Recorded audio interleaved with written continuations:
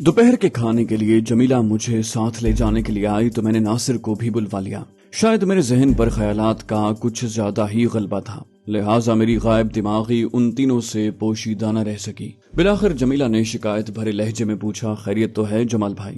اتنی محنت سے پکائے ہوئے کھانے پر کوئی رائے دی ہے اور نہ ہی ہماری باتوں میں شامل ہو رہے ہیں، آج آپ کہاں کھوئے ہوئے ہیں؟ میں نے معذرت خواہانہ لہجے میں کہا، دراصل بات یہ ہے کہ میں ایک اہم معاملے پر غور کر رہا ہوں اور اس پر آپ لوگوں کو اعتماد میں لینا چاہتا ہوں۔ میرے لہجے کی سنجیدگی دیکھتے ہوئے وہ تینوں ہمتن گوش ہو گئے۔ میں نے اپنا اصل مقصد پوشیدہ رکھتے ہوئے بتایا کہ مجھے ایک بہت ضروری کام سے دلی جانا پڑ رہا ہے اور یقین سے کہنا مشکل ہے کہ میری کب تک واپسی ہوگی۔ میری بات سن کر وہ نمایاں طور پر پریشان نظر آئے۔ میں ان کی آنکھوں میں ہلکورے لیتے اندیشے کے بادل دیکھ سکتا تھا۔ میری توقع کے عین مطابق جمیلہ نے ہی اپنے اندیشوں کو پہلے زبان دی۔ وہ بولی، بھائی جان یہ بتائیے کہ کیا آپ کو اپنی زندگی سے ذرا بھی دلچسپی نہیں ہے؟ یاسر بھائی اور رخسانہ باجی نے کل ہی بتایا ہے کہ آپ کی تلاش میں پولیس نے پورے پنجاب کے نوجوانوں کی زندگی اجیرن کر رکھی ہے اور آپ سب کچھ جاننے کے باوجود بوریا بستر باندھ کر سفر کی تیاری کر رہے ہیں۔ میں نے اس کے لہجے میں چھپے ناراضی اور بے چارگی کے ملے جلے تاثرات بھانپ کر مسکراتے ہوئے کہا، میری فکر نہ کرو لڑکی، مجھے پولیس کے ان سورماؤں کی آنکھوں میں دھول جھونکنا آتا ہے۔ میں ان کی ناک کے عین نیچے سے نکل کر اپنی منزل پر پہنچ جاؤں گا اور ان کے فرشتوں کو بھی خبر نہ ہوگی۔ اس نے منہ پھلا کر کہا، لگتا ہے آپ کے پاس کوئی جادوئی ٹوپی یا انگوٹھی ہے جسے پہن کر آپ ان کی نظروں سے اوجھل ہو جائیں گے۔ میں نے بدستور مسکراتے ہوئے کہا، ایسا ہی سمجھ لو بہنا، دراصل میں ان پولیس والوں کی نفسیات سے اچھی طرح واقف ہوں۔ ان میں سے زیادہ تر حکم کے غلام اور لکیر کے فقیر بن کر کارروائیاں کرتے ہیں۔ ان بیچاروں کا زور زیادہ سے زیادہ مشکوک لوگوں کو ڈھونڈنے اور پھر ان کی تلاشی لے کر اپنے شک کی تصدیق یا نفی کرنے پر ہوتا ہے۔ یہ اپنی نظروں میں آنے والے 100 افراد میں اپنے اعلیٰ حکام کی طرف سے فراہم کردہ حلیے سے معمولی سی بھی مشابہت رکھنے والے 15-20 افراد کو پکڑ کر ان میں سے مطلوبہ شخص تلاش کرنے کی کوشش کرتے ہیں، جبکہ اس دوران ہزاروں دیگر افراد ان کی توجہ کا مرکز بنے بغیر نکل جاتے ہیں۔ جمیلہ نے مزید وضاحت کے لیے میری طرف دیکھا۔ رخسانہ اور ناصر کے بھی کچھ ایسے ہی تاثرات تھے۔ میں نے کہا، دیکھو، صدر دفتر سے انہیں تقریباً 6 فٹ قد، درمیانی جسامت، گورے رنگ اور گھنگریالے بالوں والے 26-27 سالہ غیر سکھ نوجوان کو تلاش کرنے کی ہدایت کی گئی ہوگی۔ انہیں خبردار کیا گیا ہوگا کہ میرے پاس پستول یا ریوالور لازماً ہوگا، لہٰذا پہلی فرصت میں مشکوک شخص کو دبوچ کر اس کی تلاشی لی جائے۔ ان تینوں نے لگ بھگ ایک ساتھ بات سمجھ میں آنے کی علامت کے طور پر سر ہلائے۔ میں نے کہا، ہو سکتا ہے میری شکل و صورت اور حلیے کے بارے اور بھی تفصیلات بتائی گئی ہوں، لیکن سہل پسندی کی انسانی جبلت کے تحت ان پولیس والوں کی بیشتر توجہ میرے پاس ہتھیار کی موجودگی پر مرکوز ہو گئی ہوگی، یعنی شکل و صورت، قد کاٹ اور حلیے میں قریبی مشابہت تلاش کرنے کی مشقت سے بچو اور پستول برآمد کر کے اپنے مطلوبہ بندے کی گردن دبوچ لو۔ ایسے میں اگر میں اپنے اصل حلیے میں بھی ان پولیس والوں کے ہتھے چڑھ جاؤں تو صرف پستول کی غیر موجودگی مجھے پہلے سے بے گناہ قرار پانے والے سینکڑوں نوجوانوں میں سے ایک بنا دے گی، اور ہو سکتا ہے مجھے مزید چھان پھٹک کے بغیر اپنا راستہ ناپنے کی اجازت دے دی جائے۔ مجھے اندازہ تھا کہ جمیلہ اتنی آسانی سے میرا تجزیہ قبول نہیں کرے گی۔ اس نے جھٹ سے کہا، بھائی پہلے تو یہ بتائیں کہ آپ جیسے کسی مطلوب بندے کو پکڑنے کے لیے پولیس والوں کو کیا کرنا چاہیے، اور کیا یہ ضروری ہے کہ ہزاروں پولیس والوں میں سے ایک بھی آپ کو صرف شکل و صورت اور حلیے سے نہ پہچانے؟ میں نے کہا، میں نے اپنی سمجھ کے مطابق انسانی نفسیات کا ایک پہلو بتایا ہے جو اکثر افراد پر لاگو ہوتا ہے۔ اگر مجھے اس صورتحال میں کسی شخص کو تلاش کرنا ہو تو میں 100 میں سے 10 افراد کی گردن پکڑنے کی بجائے اپنے سامنے سے گزرنے والے 1000 افراد میں سے صرف ایک فراہم کردہ حلیے اور شکل و صورت سے مشابہ شخص کو پکڑوں گا، اور چاہے اس کے پاس سے پستول برآمد ہو یا نہ ہو، اس کی اچھی طرح چھان پھٹک کروں گا۔ مجھے لگا کہ میری باتوں اور دلائل نے ان تینوں پر کافی اثر کیا ہے، لیکن یہ ثابت ہوا کہ ان کے قائل ہونے میں ابھی ایک آنچ کی کسر باقی ہے۔ میری بات سن کر وہ کچھ دیر سوچتے رہے، پھر رخسانہ نے کہا، ہو سکتا ہے آپ کے سب اندازے اور تجزیے ٹھیک ہوں، مگر پھر بھی آپ کا تنہا سفر خطرے سے خالی نہیں۔ ایسا کریں کہ اپنا حلیہ بدلنے کے بعد مجھے بہن یا بیوی کے روپ میں اپنے ساتھ دلی لے چلیں، کیونکہ جب ہم شادی شدہ جوڑے کے طور پر امرتسر گئے تھے تو پولیس والوں نے ہم پر زیادہ توجہ نہ دی تھی۔ میں نے اس کی بات سن کر نفی میں سر ہلایا۔ میں نے کہا، آپ لوگوں کا معاملہ ذرا مختلف تھا، کیونکہ یاسر کی عمر اور جسمانی ساخت پولیس کے پاس موجود میرے حلیے سے بالکل مختلف تھی، لہٰذا انہیں شک کی نگاہ سے دیکھا ہی نہیں گیا ہوگا۔ ویسے بھی بالفرض میں آپ کو ساتھ لے بھی جاؤں تو میرے علاوہ آپ کے پہچان لیے جانے کا بھی خطرہ موجود ہے، کیونکہ ہمیں لگ بھگ انہی راستوں سے ہو کر دلی جانا پڑے گا جن سے ہم آپ دونوں کو چھڑا کر یہاں لائے تھے۔ اور ویسے بھی اگر ہم دونوں کسی طرح دلی پہنچ بھی جائیں تو آپ کی یہاں واپسی مسئلہ بن جائے گی اور میں آپ کو اپنے ساتھ نہیں رکھ سکوں گا۔ تبھی ناصر نے مداخلت کی، بولا اگر آپ اجازت دیں تو میں ایک اور تجویز پیش کروں۔ میں نے اس بات میں گردن ہلائی تو اس نے بات آگے بڑھائی، بولا میرے خیال میں وہ طریقہ سب سے بہتر ہے جو آپ نے ہتھیاروں کی خریداری کے لیے کپورتھلا جاتے استعمال کیا تھا۔ اس بارے میں آپ کے لیے پہلے سے بھی زیادہ شاندار اور قیمتی گاڑی کا بندوبست کرتا ہوں۔ ظہیر بھائی کی جگہ میں آپ کا ڈرائیور بن جاتا ہوں۔ یہ سوچنا آپ کا کام ہے کہ کنور جی کی جگہ اس بار کون سا روپ اختیار کرتے ہیں۔ یہ راستہ بھی میرے ذہن میں تھا، لیکن ناصر کے اصرار پر میں نے اس پر دوبارہ غور کیا۔ بلا شبہ ہم لگ بھگ بغیر کسی پوچھ گچھ اور تلاشی کے ڈوگراں والا میں شکتی ببر کے پاس پہنچ گئے اور پھر ہتھیاروں کے بھاری ذخیرے سمیت بآسانی واپس لوٹ آئے تھے۔ میں نے ایک نتیجے پر پہنچتے ہوئے کہا، ٹھیک ہے تم بے شک وہی گاڑی لے آؤ، لیکن میں اس مرتبہ جاگیردار نہیں بنوں گا، بلکہ دھارمک شخصیات کے لیے روایتی احترام اور خوف کے جذبات کا فائدہ اٹھانے کے لیے اس مرتبہ برہم یاتری بن کر کسی مقدس مقام کا عازم بن کر سفر کرتا ہوں۔ میری بات سن کر ناصر نے خوشی اور جوش کے ملے جلے جذبات کے ساتھ کہا، میری تجویز قبول کرنے کا شکریہ۔ ایسا کرتے ہیں، میں آپ کو برہمن پنڈت بنا کر ہردوار لے چلتا ہوں۔ یہاں سے کوئی 135 میل کا فاصلہ ہے، 5-6 گھنٹے میں پہنچ جائیں گے۔ وہاں سے آپ دہرادون سے آنے جانے والی ٹرین میں بیٹھ جانا، 6-7 گھنٹے میں بغیر کسی پریشانی کے دلی پہنچ جائیں گے۔ میں نے اس کی بات پر غور کرنے کے بعد کہا، تجویز تو اچھی ہے، برہمن پنڈت تو سال بھر ہردوار کی یاترا کے لیے جاتے رہتے ہیں۔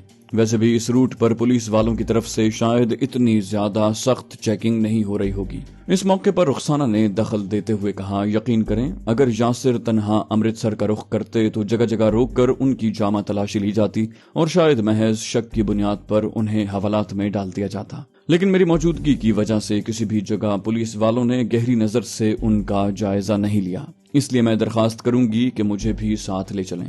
میں نے ناصر کی طرف مشورہ طلب نظروں سے دیکھا تو اس نے قدرے تذبذب کے ساتھ جواب دیا، بولا میرا خیال ہے اس میں کوئی حرج بھی نہیں ہے، ہم لوگ تو موٹر کار میں جا رہے ہیں نا، میں انہیں اپنے ساتھ واپس لے آؤں گا۔ میں نے ہاں میں گردن ہلائی ہی تھی کہ کافی دیر سے کچھ کہنے کے لیے بےتاب جمیلہ گفتگو کے بیچ میں ٹپک پڑی، بولی اگر کسی خاتون کے ساتھ جانا ہے تو رخسانہ باجی ہی کیوں، اس مرتبہ میں جاؤں گی آپ کے ساتھ، یقین کریں میں ان سے اچھی اداکاری کر لیتی ہوں۔ اس کی بات سن کر رخسانہ نے لہجے میں طنز اور مزاح کی ملاوٹ کرتے ہوئے کہا، اس میں کیا شک ہے، تم تو ہو ہی اول نمبر کی ناٹک باز۔ پھر وہ مجھ سے مخاطب ہوئی، بولی ٹھیک ہے بھائی آپ اسے ہی ساتھ لے جاؤ۔ میں نے کہا ٹھیک ہے، تو کہانی کچھ یوں بنتی ہے کہ پنڈت موہن لال شرما اپنی اکلوتی بیٹی شریمتی نرملا کی صحت یابی پر اظہار تشکر کے لیے اسے ساتھ لے کر ہریدوار جا رہے ہیں۔ یہ سن کر رخسانہ نے کچھ سوچ کر پوچھا، اور واپس آتے ہوئے؟ اس وقت تو یہ دونوں آپ کے بغیر سفر کر رہے ہوں گے۔ میں نے کہا بہت سامنے کی بات ہے، یہ دونوں نو بیاہتا جوڑا ہیں اور دہرادون میں ہنی مون منانے کے بعد اپنے آبائی شہر لدھیانے واپس آ رہے ہیں۔ میری بات مکمل ہونے سے پہلے ہی جمیلہ کا چہرہ حیا سے سرخ ہو چکا تھا، وہ ہم سب سے نظریں چرانے پر مجبور ہو گئی۔ میں نے اسے مزید خفت سے بچانے کے لیے بات جاری رکھی۔ میں نے کہا ٹھیک ہے ناصر، تم جلد از جلد گاڑی کا بندوبست کرو، اس کے ساتھ ہی مجھے کھدر کا کرتا پاجامہ اور واسکٹ اور نہرو سٹائل کی الٹی کشتی نما سفید ٹوپی بھی لا دینا، سادہ گول شیشوں والی ایک اینک بھی درکار ہوگی۔ تم جاتے ہوئے وہی ظہیر والا حلیہ اپنا لینا، ٹوپی اور چشمہ تو وہاں بیٹھک میں ابھی تک طاق میں سجے ہوئے ہیں۔ ہاں واپسی پر تمہیں کسی ہندو امیر زادے کا روپ دھارنا پڑے گا۔ جمیلہ کے لیے بیش قیمت روایتی زنانہ ملبوسات اور ہلکے پھلکے زیورات کا بندوبست کرنا پڑے گا۔ ناصر نے اعتماد سے بھرپور لہجے میں کہا، آپ فکر نہ کریں، میں زیادہ سے زیادہ کل دوپہر تک سب چیزوں کا بندوبست کر لوں گا، اس کے بعد آپ جب حکم کریں گے ہم روانہ ہو جائیں گے۔ میں نے کہا اور ہاں یاد آیا، تم سب سے پہلے پورے پنجاب کا ایک تفصیلی نقشہ مجھے مہیا کرنا تاکہ ہم اس کے مطابق اپنے روٹ کا تعین کر سکیں اور حسب ضرورت اس میں کوئی رد و بدل کر سکیں۔ تم نے ہریدوار کا جو فاصلہ بتایا ہے اس کے مطابق ہمیں کل نصف شب کے بعد روانہ ہو جانا چاہیے تاکہ پرسوں دوپہر تک اپنی منزل پر پہنچ جائیں۔ ہم وہاں پہنچنے کے بعد کسی مناسب جگہ اس وقت تک ٹھہر کر آرام کریں گے جس کے بعد میں دلی جانے والی مناسب ٹرین میں سوار ہو جاؤں گا اور تم دونوں واپسی کے سفر پر روانہ ہو جانا۔ ہم اپنے اس پروگرام میں حسب موقع تبدیلی بھی کر سکتے ہیں۔ ہم چاروں اس منصوبے پر متفق ہو گئے۔ باقی جزیات روانگی کے وقت تک طے کی جا سکتی تھی۔ ناصر لگ بھگ فوراً ہی گھر سے نکل گیا۔ اس کا کہنا تھا کہ ہو سکتا ہے اسے ملبوسات اور گاڑی وغیرہ کے بندوبست کے لیے امبالہ جانا پڑے، جبکہ مجھے بھی اپنی شکل اور حلیے میں مناسب تبدیلیاں کرنے کے لیے تیاریاں کرنی تھی۔ ناصر رات کے کھانے پر موجود نہیں تھا۔ اپنی ممکنہ غیر حاضری کے بارے میں اس نے پہلے ہی بتا دیا تھا۔ کھانے کے بعد چائے کا دور چلا اور ہم تینوں دیر تک خوش گپیاں کرتے رہے۔ پھر میں ناصر کے ٹھکانے پر آ گیا۔ میرے میزبان کی آمد کا امکان تھا، پھر بھی میں انتظار کرتا رہا۔ میں سونے والا تھا کہ دروازے پر آہٹ ہوئی۔ وہ ناصر ہی تھا۔ اس نے کئی چھوٹے بڑے پیکٹ اٹھا رکھے تھے۔ بولا، لو بھائی، سب کچھ مہیا ہو گیا۔ گاڑی کو اچھی طرح دیکھ بھال کے لیے مکینک کے پاس چھوڑ کر آیا ہوں۔ صبح 10-11 بجے تک بالکل فٹ فاٹ کر کے ہمارے حوالے کر دے گا۔ میں نے مطمئن لہجے میں کہا، بہت خوب، تم سب سے پہلے نقشہ میرے حوالے کرو تاکہ ہم اپنا راستہ طے کر سکیں۔ ناصر نے اپنے لائے ہوئے سامان میں سے ایک لپٹا ہوا چکنے کاغذ کا نقشہ نکال کر میرے سامنے بستر پر پھیلا دیا۔ میں نے کچھ کوشش کے بعد اس پر پہلے جی ٹی روڈ اور پھر منڈی گوبند گڑھ ڈھونڈ نکالا۔ باریک بینی سے جائزہ لینے کے بعد بالآخر میں نے ناصر کو کہا، ہریدوار کا نام تو ہم صرف پولیس والوں کو زبانی کلامی غچہ دینے کے لیے استعمال کریں گے۔ ہمیں اتنی دور پہاڑی علاقے میں دھکے کھانے کی کیا ضرورت ہے؟ ہم دریائے جمنا پار کرتے ہی پنجاب پولیس کی عملداری سے نکل کر اتر پردیش میں داخل ہو جائیں گے۔ اس کے بعد میں کسی بھی بس یا ٹرین کے ذریعے بے فکر ہو کر دلی روانہ ہو جاؤں گا اور تم لوگ واپس چل پڑنا۔ ناصر نے میری تائید میں سر ہلا کر کہا، میں آپ کو اس طرف سے یو پی کے پہلے بڑے شہر سہارنپور پہنچا دوں گا۔ وہاں سے آپ کو بآسانی اپنی منزل پر پہنچنے کے لیے مناسب سواری مل جائے گی۔ میں نے نقشے میں سہارنپور کا محل وقوع ڈھونڈنے کے بعد ناصر سے پوچھا، اچھا یہ بتاؤ، ہم اندازاً کتنی دیر میں یہاں سے سہارنپور پہنچ جائیں گے؟ وہ دل ہی دل میں کچھ حساب لگاتا رہا، پھر بولا، میرا اندازہ ہے کہ سہارنپور یہاں سے 100 میل کے لگ بھگ فاصلے پر ہوگا۔ ہم درمیانی رفتار سے ایک آدھ جگہ رکنے کے باوجود اندازاً 3.5 سے 4 گھنٹے میں وہاں پہنچ جائیں گے۔ اچھا بڑا شہر ہے، تسلسل سے بسیں چلتی ہوں گی۔ دہرادون سے آنے والی ٹرینیں اور گاڑیاں بھی اس شہر سے گزرتی ہیں۔ میں نے کہا، بہت خوب، سہارنپور واقعی بہت مناسب جگہ ہے۔ پھر تو ہمیں آدھی رات کو روانہ ہونے کی بھی ضرورت نہیں ہے۔ کل صبح یا دوپہر کو جیسے ہی گاڑی آئے گی ہم یہاں سے روانہ ہو جائیں گے اور شام ہونے تک منزل پر پہنچ جائیں گے۔ اس طرح تم لوگ بھی رات گہری ہونے سے پہلے واپس لوٹ آؤ گے۔ ناصر نے میری تائید کی۔ میں نے اس کا لایا ہوا کرتا پاجامہ اور مخصوص واسکٹ پہن کر دیکھی۔ اس کا اندازہ بالکل درست نکلا۔ صبح جمیلہ نے لباس پہنا تو وہ بھی اس پر سج گیا۔ زیورات بھی خوبصورت اور قیمتی تھے۔ وہ واقعی کسی رئیس کی لاڈلی بیٹی لگ رہی تھی۔ میں نے اس دوران کانگریسی رہنماؤں جیسا لباس زیبتن کرنے اور اپنے بالوں کو خاکستری بنانے کے بعد ناک کے نیچے ہونٹوں پر جھکی آدھی سفید اور آدھی کالی مونچھیں چپکا لی۔ آنکھوں پر چڑھانے کے لیے گول شیشوں والا چشمہ بھی تیار تھا۔ سامنے والی جیب میں سنہری زنجیر والی گھڑی بھی موجود تھی۔ میں نے اپنا یہ حلیہ الل ٹپ نہیں اپنایا تھا۔ اگر آپ میں سے کسی نے ہندوستان کے نویں صدر شنکر دیال شرما کو دیکھا ہو یا ان کی تصویر نظر سے گزری ہو تو وہ سمجھ سکتے ہیں کہ میں لگ بھگ انہی جیسا دکھائی دے رہا تھا۔ میں اپنے اس حلیے کو آئندہ کے پرخطر سفر میں ایک مؤثر دفاعی حربے کے طور پر استعمال کرنے والا تھا۔ لگ بھگ 10 بجے ناصر وہی پہلے والی جہازی سائز شیورلے امپالا گاڑی لے آیا۔ اس نے ڈرائیور والی مخصوص کیپ بھی سر پر چڑھا لی تھی، البتہ چشمہ پہننے کی زحمت نہ کی۔ کچھ ہی دیر میں ہم تیز رفتاری سے جی ٹی روڈ پر امبالے کی طرف رواں دواں تھے۔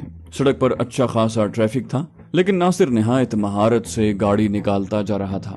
وہ مجھے ظہیر سے بھی بہتر ڈرائیور لگا۔ لگ بھگ پونے گھنٹے میں ہم راجپور کے قریب پہنچ گئے، جہاں پہلی بار پولیس ناکے پر ہماری گاڑی روکی گئی۔ اینفیلڈ رائفل سے مسلح ایک ادھیڑ عمر سکھ سنتری نے بغور پہلے ناصر اور پھر میرا جائزہ لیا۔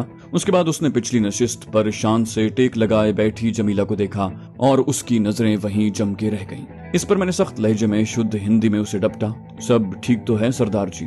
کسی خاص چیز کی کھوج میں لگ رہے ہو مجھے؟ وہ میرے لہجے میں موجود رونت اور حاکمیت بھانپ کر سٹ پٹا گیا۔ بولا، وہ کچھ نہیں سرکار، وہ یہ پوچھنا تھا آپ کون ہیں، کہاں سے آ رہے ہو اور کہاں کا ارادہ ہے؟ میں نے کھا جانے والی نظروں سے اسے دیکھتے ہوئے کہا، ہم انوپم لال شرما ہیں، لدھیانے سے آ رہے ہیں اور ہریدوار درشن کے لیے جا رہے ہیں، اور کچھ پوچھنا ہے تو وہ بھی بتا دو۔ وہ میرے لہجے کی تلخی سے گھبرا کر بولا، نہیں سرکار، آپ جا سکتے ہو۔ اس کے پیچھے ہٹتے ہی ناصر نے گاڑی آگے بڑھا دی۔ اس کے لبوں پر خوشگوار مسکراہٹ تھی۔ بولا، میں نے کہا تھا نا بھائی، یہ طریقہ سب سے کارگر ہے۔ کسی ذی مرتبہ شخصیت کو دیکھتے ہی یہ بیچارے ویسے ہی ہمت ہار جاتے ہیں۔ میں نے مسکراتے ہوئے تائید کی، جبکہ جمیلہ نے قہقہ لگا کر سنتری کی حالت کا مذاق اڑایا۔ لگ بھگ 20 منٹ کے بعد سے ہم مردان پور قصبے کے پاس سے گزر کر ہریانہ کی حدود میں داخل ہوئے اور مزید 15 منٹ کے بعد امبالے شہر کے پاس پہنچ گئے، جہاں دوسرے اور نسبتاً بڑے پولیس ناکے نے ہمارا استقبال کیا۔ ہم نے دیکھا خاصے جوش و خروش سے ہم سے آگے والی گاڑیوں کے مسافروں سے پوچھ گچھ کی جا رہی تھی اور کچھ کی باضابطہ تلاشی بھی لی جا رہی تھی۔ میں نے مڑ کر جمیلہ کی طرف دیکھا اور آنکھوں ہی آنکھوں میں اسے چوکنا ہو جانے کو کہا۔ میرا اور اپنا پستول ماں اضافی لوڈ میگزین اس نے اپنے لباس میں چھپا رکھے تھے۔ اس نے گردن ہلا کر مجھے مطمئن رہنے کو کہا۔ کچھ دیر انتظار کے بعد ہماری باری بھی آ گئی۔ اس بار ایک سنتری کے علاوہ ایک حوالدار نے بھی ہماری گاڑی میں جھانکا۔ میری طرف دیکھے بغیر حوالدار نے ناصر سے ہریانوی زبان میں پوچھا، نام کیا ہے مہارے بیر کا؟ تم کہاں سے آ رہے ہو اور کدھر جانے کے ارادے ہیں تھارے؟